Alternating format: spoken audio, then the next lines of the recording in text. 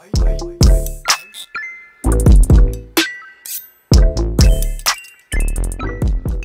guys, welcome back to my YouTube channel. You're watching Review It with Ree. So if this is your first time watching me though, I go by the name of Ree, hence Review It with Ree. And if it's not your first time and you're a returning viewer, thank you so much for your support. I really appreciate it, and your patience, because I'm sure you were just like, where is this girl? But I'm back. That's all that matters, right?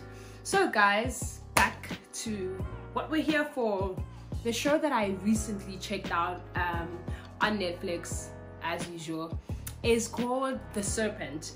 It's a crime, and it was released now in 2021, and it's based on a true story. That was really what captivated me to check it out, so hopefully that will captivate you to check it out too. So basically, the storyline of this show is that, and by the way, it's a limited series, so obviously it won't be continuing, and because it's a true story. So basically what happens is, it's about a con artist who basically, you know what con artists are, right? They con people in any way, shape or form. Doesn't matter what it takes, as long as they get what they want. And this guy cons tourists. So what he does is he moves around the world and he finds tourists that look like they have money, and he has a very good eye for that, because surprisingly every tourist that he approaches does have money. So he's really good at what he does, and he doesn't work alone. He works with his wife and a sidekick called AJ. So the wife's name is Monique and his name is Alan. And I do this because it's not actually their names, obviously for obvious reasons, so that they don't get caught by the police and so forth if people had to report them. And they go by these names for quite some time until obviously they get caught, hence the show. So they con artists, and he used to work alone firstly, and then he bumped into this Monique lady, and as time goes on, you know, they start to work together. But he conned her into working with him. He made her think that they're gonna be in love, you know, it's gonna be great, but that's not what happened. And now this girl gets stuck into this con artist world, and she doesn't have another choice but to work with him, because technically the country that they're in, she's stuck there, she has no money anymore.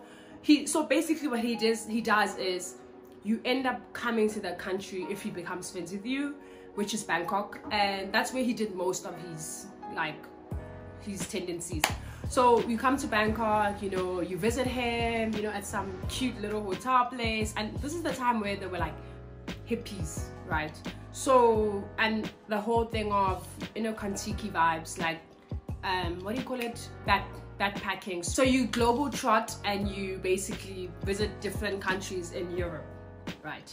And yeah, this was like a norm back then, you know, young students, young non-working people just traveling around the world with their backpacks, you know, living their best life, getting high, doing what they do.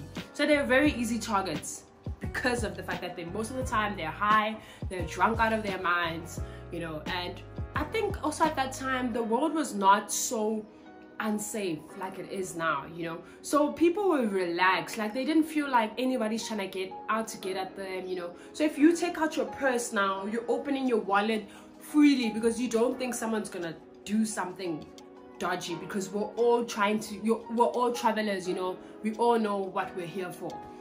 Unfortunately, the world is bad, and it always has been. It's just not, I think there wasn't things like social media and hectic news to expose these people that do bad things, you know what I mean? Unlike today, if I travel and someone steals from me, I can just post it on social media and say, guys, stay away from this country. They steal, they pickpocket, they con you, you know what I mean? So I think that's also what made it very easy for this guy and this girl to do what they did. So they go around stealing from people, and it gets bad because now people start dying. And I'm not gonna explain how they die, but technically he's a con artist and a murderer. So it gets bad. Like, guys I was watching this show with my sister on a work night. She had work the next day, and we're literally on our toes, like on the edge of our seats, like what's gonna happen next. Like it's very tense, because especially because you know it's a true story, so it's not even like it's just a movie, it's a reality. And probably what we're seeing is probably not even the extremities of what actually happened, you know what I mean? So it's crazy, guys. Like we slept at like 3 because we just couldn't stop watching. It's that captivating. It's really well dramatized, because obviously it's a true story, so they have to dramatize the whole thing. So you know, most things that are dramatized, it's just like, oh, okay, that's sad. But this was so well played off. Like the guy that acts like the actual serpent, he pulled it off. Like at some point I was convinced it's him, because he pulled that character off so well. Like the demeanor, the way he carries himself, everything, it was just so convincing, you know what I mean? Actually everybody's acting. The sidekick, AJ, Monique, you know, you can see that this woman, she's caught up in this. She doesn't like it, but she can't necessarily get away because she doesn't know what this guy is capable of, you know, but she enjoys the benefits of the money that they're getting. It's complex. So yeah, like, so basically the gist of it is that he's stealing, and in the process people are dying. And so there's how he starts to get exposed is because people started dying, and specifically 2 Dutch global trotters got killed and they were burned alive. It was really traumatic, guys. And so the embassy that's there, the Dutch embassy, obviously when people travel, I assume their family members would send emails or call the embassy and be like, listen, our child was in Bangkok and we have not heard from them for 2 months now. Can you find out from the local police if anything has happened to them, those type of things. So this specific Dutch, he's not an ambassador, he just works for the embassy. He works closely with the ambassador, you understand? So he became very interested in this couple of Dutch people that just mysteriously disappeared. So he starts investigating, and it gets really messy and really stressful. And this guy, you can see, it's almost like the way he was so invested, you would think that someone in his family got taken or was killed or something in the same manner, because he was so upset with everybody, because all the other people that work for other embassies, so like the French embassy, the Belgian embassy, those are the people that he worked with closely. They just were so like relaxed. They were just like, hey dude, you know, you're here, you know, to just do your job that's related to the embassy.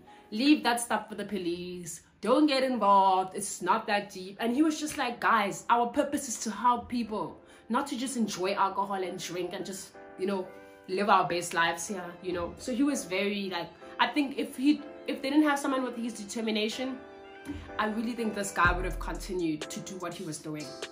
This guy being Alan, the serpent, the con artist.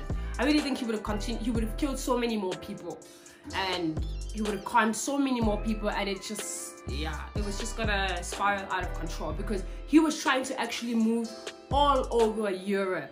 So only a matter of time he was gonna come to America, he was gonna come to Africa, it was gonna be a mess. So it's actually, we should be grateful that that Dutch embassy guy did what he did.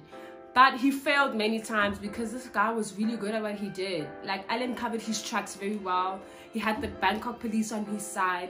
And because Alan had been arrested so many times and escaped so many times, I think he had worked out a strategy on how to not get caught. And for some reason, he was always 10 steps ahead. So whatever they tried to do wouldn't work, you know what I mean? And also the fact that they would use these people, that these tourists, so he would take their passports and forge them and put his own pictures. So meaning, if this person is missing, obviously it's concluded that they're dead, right? So he will use their identities. So if he gets arrested in, for example, in the USA with the identity of this Dutch couple that was missing, you can't really arrest him, because the person you're looking for is not the person on the passport. Do you get what I mean?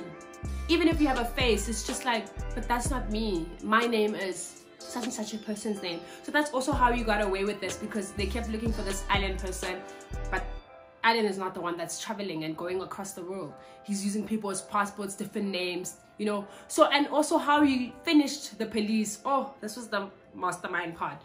Because of the passports and using the people's identities, those people coming in, and then he uses their passports to go out to other countries. It looks like they came in the country and they left. So now it's just like, are they really missing? Maybe it's a lie, you know. So he made the police convinced that there are no people missing, and these missing cases reports are just useless because these people came in the country and they went out. So he was very, very strategic about how he did things. But yeah, guys, this guy was evil and he was heartless. And when you see what his plan was and how he executed it, it was so messed up because so many people were stringed along, like the Monique girl and AJ, and these are all now accomplices of the things he's done. But they never actually, okay, except for AJ, they never actually did anything besides just show this facade that, hey, no, come stay with us, you know, we're having a vibe, you know, and that's how they lured people in. Vibes, you know, alcohol, weed, you know, just not weed, drugs specifically, because there were different types of drugs they were taking. So it worked well and it worked in their favor, but they got caught, obviously, in the end. But the build-up was amazing, and whew, guys, that show made me stressed. Like, I was just like, yo, when is this thing finishing? Like, I just want this guy to get caught. I even ended up Googling, because I was just like, no, this guy's getting away with this too much. He's upsetting me. Like, whew, guys, no, you need to watch that series. It's good. Like, extremely, extremely good. And just the ending, you're just like, wow, the things people can get away with. It just also makes you think the things that people have gotten away with, people that have not even gotten caught. It's crazy. And just the mind of people, like, I'm pretty sure that guy's a psychopath. Like, he's not right upstairs. Like, you could pretend to love people and make them feel wanted, you know, like, and also the reason they were also so good at luring people in is that he's able to read people and analyze, okay, this person is in need of attention, this person is in need of love, so he lures you in by giving you what you lack. Yo, no, guys, that guy, mastermind. Like, no, you guys need to check that show out. It was lit, it was amazing, and I'm sure that this is one you cannot miss. It's amazing. So yeah, guys, that's all I have to say about that show. I would rate it 10 out of 10. It's amazing. The cast, the cameras, like, just everything, the way it was shot, the dialogue, because obviously they came up with their own dialogue, because nobody can really recall exactly what was said, or there's not really enough evidence for what was said because most of the people were deceased, which is quite sad. So the only people that they could prove about all these people that were missing were people that were their neighbors in that hotel-ish kind of backpacking house place that they were always luring tourists into. And that couple was Dominique and, no, it wasn't Dominique, it was Remy and Nadine, or Nadine, something like that. That couple was close to these people, not close. So they like saw everything happening. And then there was a boy called Dominique that was found by this island guy, and they basically kept him also hostage, but he was not killed. He was almost like a servant to them. And that boy managed to escape thanks to Nadine and who's this guy? Remy. So, oh guys, you know, those people. And you know that boy, the Dominique guy that stayed with them, I feel my heart was so for him, because all he just wanted to do was go home, guys. Like, you know that thing where you just so fed up, you just want to go home, and this person is not about it. Like, they're basically saying to you that, no, babes, you're my prisoner, and that's on that. Yeah, no, guys, that show was traumatizing. Like, if you have a small heart, in the sense that, like, you know that small things make you sad or scared or whatever, maybe don't watch it, because it's heart-wrenching. But it's worth it. Like, it's interesting. It's extremely interesting. So yeah, let me not talk too much and ruin it, because I feel like now I'm just going on and I'm kind of exposing something. But yo guys, please check it out. Please comment in the section below, like, share, you know, tell your friends, tell everybody about this and my channel in general, so they can check out other shows that I've reviewed. And yo guys, just let me know what you think, and that's pretty much it. Please follow me on all my social media pages, on Twitter, Facebook, what else, Instagram. Yeah, that's pretty much what I use. So yeah guys, thank you so much. Stay updated, stay posted, stay relevant, stay on. Bye. Like, really, what kept again? Jobo.